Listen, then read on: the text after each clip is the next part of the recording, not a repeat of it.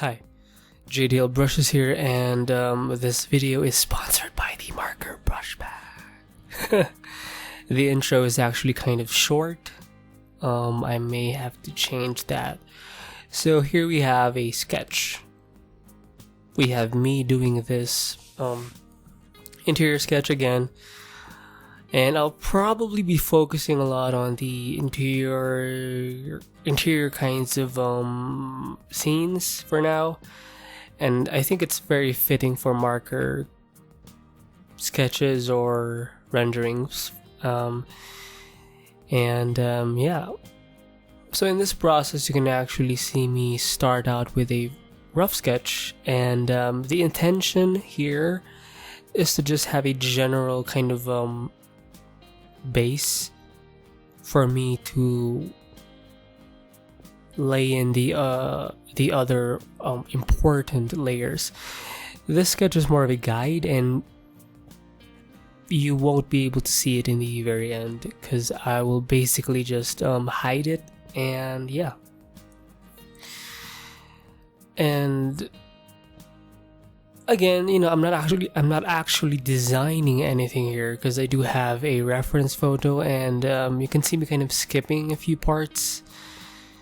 Well, not many parts, but I did skip the kind of ceiling lighting, and yeah, because fuck. But hopefully, if you are kind of skilled in design, I think you won't have a hard time sketching out your ideas.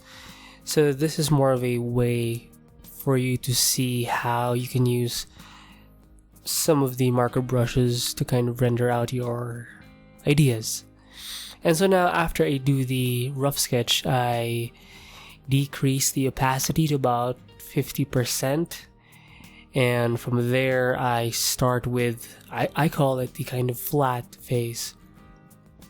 It's basically where I do a lot of the major selections, and I don't just do this in one layer, just to be safe. As much as possible, I do try to not use too many layers, so I won't, kind of lose track of all of the layers.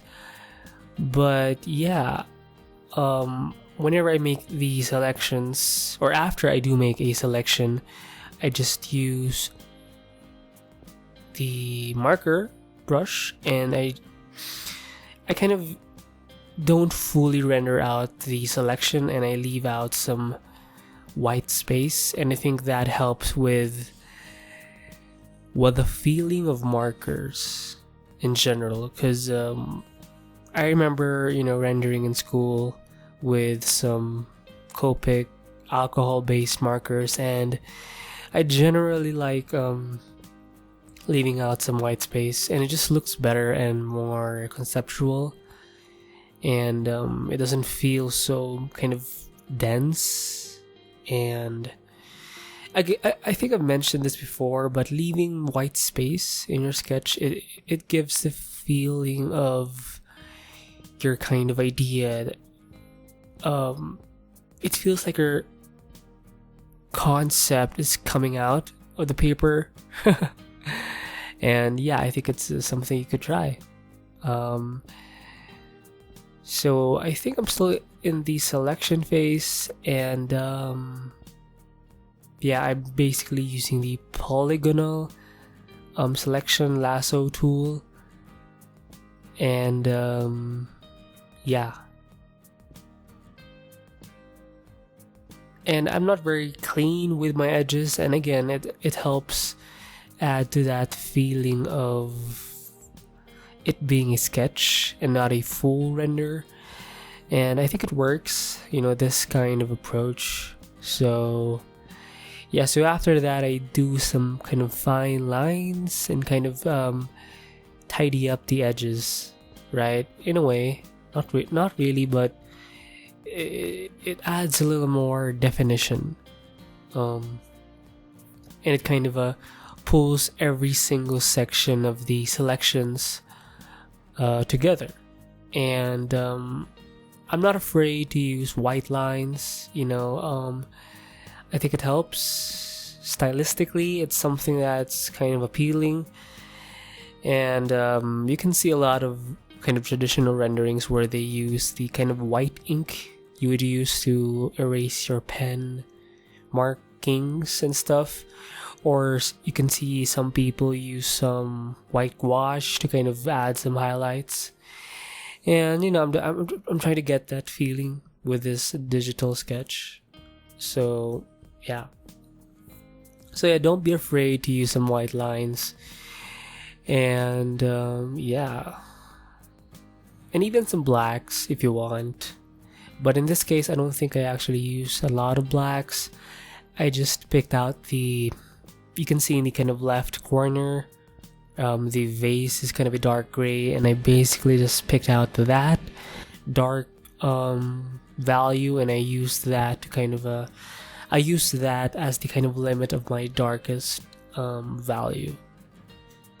So yeah. So after the kind of white line phase, I work on another, or not the white line, but after the kind of defined line phase, I work on the kind of darker shade phase, where I color in a multiply mode layer the shadows or any kind of plane in the object that's darker in a sense. And as a rule of thumb, what I would do is I would simply, let's say, the furniture in the very center of this image, what I would do to darken up that image is I would simply pick out the original color of that furniture, and then I would render with that original color in a multiply moded layer, and that's pretty much all you need to make a darker shade. And it doesn't always work, but for me it's kind of my personal rule of thumb, and it works fine for me. And yeah, and by the way, you can even use some blacks, some pure blacks if you want. I think it's fine, or some like really dark grays. I think it, if you want some kind of contrasted kind of sketch, if it's your style, sure, it's fine. And I think I've tried it before, but for now I'm sticking to this kind of a sketch that has multiple values. I think it looks kind of cool to me for now, because I might change my style. And I think you can see me add in some fine lines again, and just a quick edit. And after I do the kind of darker shade phase, I work on the lighter shade phase, and it's where I usually paint or render in layers that are in either overlay, soft light, hard light, or vivid light. Generally I go for the overlay, and I think it adds an extra kind of dimension.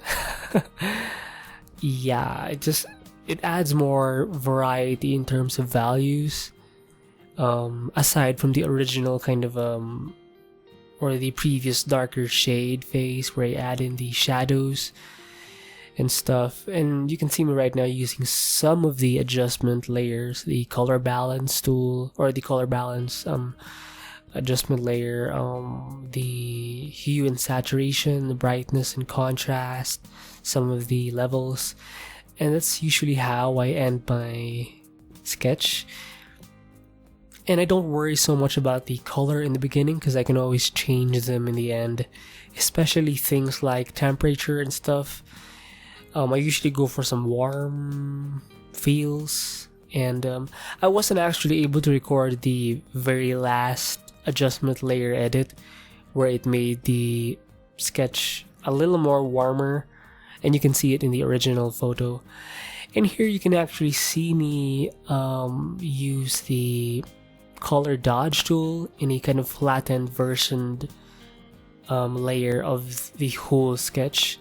along with the burn tool to kind of just, add some more contrast manually aside from the adjustment layers. And you can see now that the final sketch is actually way warmer, or a little warmer than the previous thing. So yeah, whichever your art, whatever your tool, make it beautiful. Bye.